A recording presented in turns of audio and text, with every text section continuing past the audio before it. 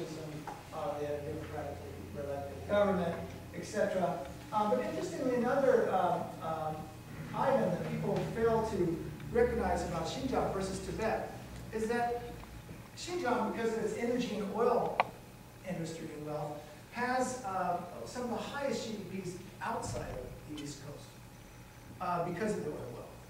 And if you've been to the region, you've seen it, it looks like Houston. I did maybe 20 years ago. I'll probably surpass it. At the center of this region, the Uyghur Autonomous Region, I would agree with Professor Zhang Xuefeng when he talks about there's a difference between autonomy and independence. And the problem for the Uyghurs is that it's an Uyghur Autonomous Region. It's not an independent region. And some Uyghurs can't get that straightened out. They thought very much that in the late 90s, after the independence of the former Soviet republics, Kazakhstan, Uzbekistan, Kyrgyzstan, they would have Uyghuristan, or East Turkestan. That's why in the late 90s there were a whole series of uprisings. Actually in 97, when Hong Kong returned to China, the Uyghurs thought, this will lead to a collapse across China economically. This will be our golden opportunity. And that's why in 97, 98, 99, there were a lot of incidents. Since then, we had almost nothing, really, until the Olympics, about 10 years. And probably has more to do with globalism. It also has to do with this large number of diaspora Uyghurs who live outside of China, nearly 1 million. And one thing that few people realize is that there's about 30,000 Uyghurs in Saudi Arabia who have done very well financially. Many of them were in the construction industry. Anybody else you know? Any other family in Saudi Arabia that you know that's done well in the construction industry? Osama bin Laden's family has done, are a billionaire more because of the construction industry, not the oil industry. And Uyghurs revolve that also restaurants in Saudi Arabia because they can cook Chinese food but make it halal, right? So it's these wealthy Uyghurs who are funding a lot of these expat groups, websites, etc. All of them look to a region that they don't call Xinjiang. They call it Eastern Turkestan. It was on many of the earlier maps. Interestingly enough, you ask Uyghurs, where was the Western Turkestan? Never was a Western. How do you have an Eastern Turkestan if you never had Western? And where was Turkestan? Well, nobody can really agree where Turkestan was. There was never an independent kingdom of Turkestan. There's a little town in Turkestan. There was never a kingdom. But for Uyghurs, there is a Uyghur kingdom that flourished during the time of the Tang Dynasty. I'll go back. And it encompassed not only outer Mongolia, where the Uyghurs originated from, the early Turkic peoples, in the 6th, 7th century, but also eventually encompassed under the greatest expanse of the Uyghur kingdom, much of what today is called Xinjiang. So the Uyghurs lay claim to this region as part of the Great Uyghur Kingdom. Many of them forget that this was a Buddhist kingdom, and it probably has very little to do with the current Uyghurs today. And we can talk about that. But nevertheless, the heart of the Uyghur region is a beautiful picture of this mosque on the display out there, the Idgah Mosque, which is the central mosque for all Uyghurs.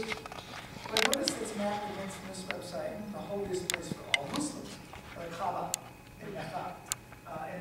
And if you click on this link to this website, you can see Uyghur Mujahideen blowing up a PLA Jeep. And nobody knows it's true, but also training videos of how to rise up against the Chinese and liberate Eastern Turkestan for the Muslims. China has launched a very important crackdown, a very large crackdown over this. There were a lot of incidents in the region, but most people agree that this region would not be nearly as important and highly contested over if it wasn't for the oil boom.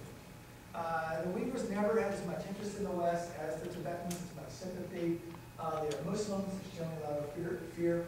And there's also a lot to do with this woman here, Rabia Qadir, who has now emerged in the diaspora outside of China as a leader for the Uyghurs. Before, they never had a Dalai Lama.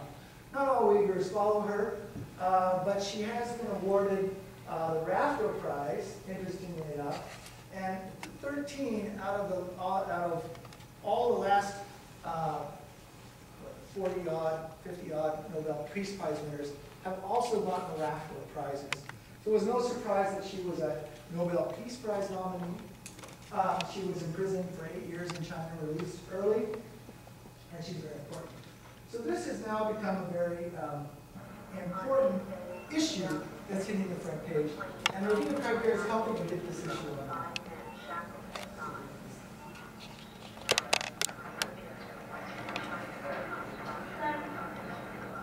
Oh, the sound on this is not very good.